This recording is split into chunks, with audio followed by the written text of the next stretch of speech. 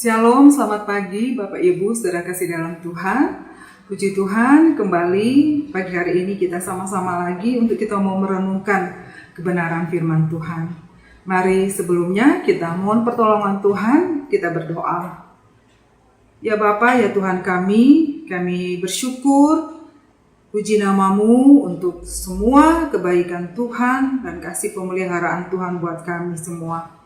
Terima kasih ya Tuhan, Kau sudah mati, menyerahkan hidupmu bagi setiap kami orang berdosa, supaya kami boleh beroleh keselamatan di dalam iman kepada Kristus Yesus, satu-satunya Tuhan dan Juru Selamat orang berdosa. Terima kasih ya Tuhan, kami boleh masuk di dalam persekutuan yang indah di dalam Kristus Tuhan kami. Terima kasih, kami bersyukur juga pagi hari ini pemeliharaan nyata untuk kami boleh kembali bersama-sama merenungkan kebenaran firman-Mu. Sucikan kami, kuduskan kami, layakkan kami Tuhan, dan mohon hikmat pimpinan-Mu untuk kami merenungkan firman-Mu dan kami dimampukan di dalam kami melakukan dalam kehidupan kami hari demi hari sampai pada kesudahannya nanti. Terima kasih Tuhan Yesus, di dalam nama-Mu kami berdoa, kami bersyukur. Haleluya, amin. Ya Bapak Ibu, saudara kasih dalam Tuhan, renungan kita pada pagi hari ini terambil di dalam kitab Kolose pasalnya yang ketiga ayat 1 sampai ayatnya yang keempat.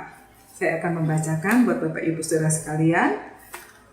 Firman Tuhan berkata, "Karena itu, kalau kamu dibangkitkan bersama dengan Kristus, carilah perkara yang di atas, di mana Kristus ada, duduk di sebelah kanan Allah. Pikirkanlah perkara yang di atas, bukan yang di bumi. Sebab kamu telah mati dan hidupmu tersembunyi bersama dengan Kristus di dalam Allah. Apabila Kristus yang adalah hidup kita menyatakan diri kelak, kamu pun akan menyatakan diri bersama dengan Dia dalam kemuliaan." Sampai di sana pembacaan kita, Bapak Ibu saudara kasih dalam Tuhan. Ya, penekanannya di sini adalah pada hubungan antara orang percaya dengan Kristus. Jadi kehidupan orang percaya terhubung dengan Kristus. Nah, hubungan seperti apa? Nah, kita akan melihat di sini. Yang pertama, kita bicara bahwa kita mati bersama Kristus. Kalau kita lihat pada ayat yang ketiga dikatakan di sana, sebab kamu telah mati bersama dengan Kristus. Karena kita ada di dalam Kristus oleh pekerjaan Roh Kudus. Nah, seperti juga yang dikatakan, jelaskan di dalam kitab 1 Korintus pasal 12 ayatnya yang ke-13. Ya, saya boleh ajak kita membaca bersama-sama ya. Pada bagian ini 1 Korintus pasal 12 ayat 13, demikian firman Tuhan berkata, "Sebab dalam satu roh kita semua, baik orang Yahudi maupun orang Yunani, baik budak maupun orang merdeka, telah dibaptis menjadi satu tubuh, dan kita semua diberi minum dari satu roh." Jadi, roh telah mempersatukan kita, setiap orang percaya dengan Kristus, maka kita telah mati bersama Kristus. Artinya di sini kita dapat memiliki satu kemenangan atas tabiat dosa, tabiat lama kita yang ingin selalu menguasai kita.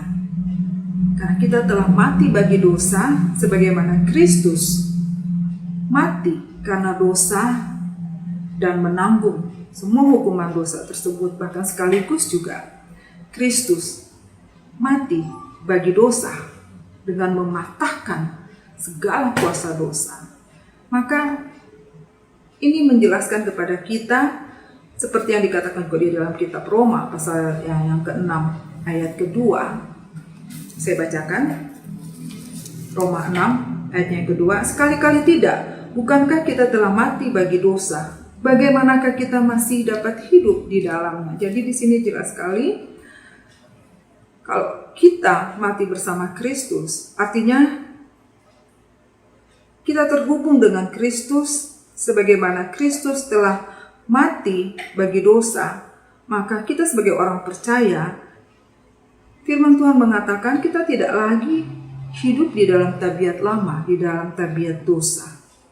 Karena kita telah mati bagi dosa. Masuk di dalam kematian Kristus yang telah mematahkan kuasa dosa. Yang kedua, bicara hubungan antara orang percaya dengan Kristus, itu berbicara bahwa kita hidup di dalam Kristus. Ada kematian bagi dosa, kematian bersama Kristus. Tapi ingat, ada kehidupan di dalam Kristus. Kita hidup di dalam Kristus. Kristus adalah hidup kita, dan bagi kita orang percaya, hidup adalah Kristus. Kalau kita melihat perkataan Rasul Paulus di dalam surat Filipi pasal 1 ayat 21, Rasul Paulus berkata, bagiku hidup adalah Kristus. Artinya di sini kita menaruh atau memberi perhatian penuh pada apapun yang berhubungan dengan Kristus. Dan kalau kita bicara, sekali lagi hubungan antara kita sebagai orang percaya dengan Kristus, maka itu bicara perihal bagaimana kita dibangkitkan bersama dengan Kristus. Sebagaimana Kristus telah bangkit dari antara orang mati, demikian juga kita orang percaya, orang-orang yang beriman sungguh-sungguh dan bersetia sampai pada kesudahannya, sampai pada akhirnya nanti, sungguh-sungguh bersetia kepada Kristus, maka kita pun adalah orang-orang yang nantinya akan dibangkitkan dari kematian kubur. Dan yang keempat, hubungan antara orang percaya dengan Kristus itu juga berbicara bahwa kita dimuliakan di dalam Kristus. Pada datangan Tuhan Yesus yang kedua kali, maka kita pun akan dibawa masuk ke dalam kehidupan yang baru. Dan kita akan ditempatkan di dalam tahta surganya yang mulia bersama dengan Kristus untuk bersama-sama beroleh kemuliaan di dalam Kristus. Nah, Bapak Ibu Saudara kasih dalam Tuhan, dan tidak hanya itu, satu hal juga lagi yang melengkapi hubungan antara orang percaya dengan Kristus. Kalau kita lihat pada ayatnya yang ketiga, di sana dikatakan hidupmu tersembunyi bersama dengan Kristus. Nah, di sini juga menjelaskan kepada kita, artinya kita sebagai orang percaya, kita telah menjadi milik Kristus, bukan lagi milik dunia. Yaitu di mana kita aman, terlindungi, tersembunyi di sini, tersembunyi di dalam bersama Kristus ini berarti kita ada aman di dalam lindungan Kristus, dan kita boleh dipuaskan untuk menikmati segala sesuatu yang berasal, yang bersumber dari Dia. Dan sebagai milik Kristus, maka tidak ada satu kuasa pun, tidak ada satu kuasa manapun yang dapat memisahkan kita dari kasih Allah yang ada di dalam Kristus Yesus Tuhan kita. Roma pasal yang ke-8. Kita bisa lihat dari ayat yang ke-31 sampai ayat yang ke-39. Di sana juga dijelaskan tentang bagaimana kasih Allah itu melekat di dalam kehidupan orang percaya dan tidak ada satupun yang sanggup memisahkan. Bapak Ibu Saudara kasih dalam Tuhan, tersembunyi bersama Kristus ini juga memberi satu pengertian bahwa segala sesuatu yang menarik dan membuat kita bergairah di dalam kehidupan kita, menjalani kehidupan di bumi ini, itu semua berasal dari surga.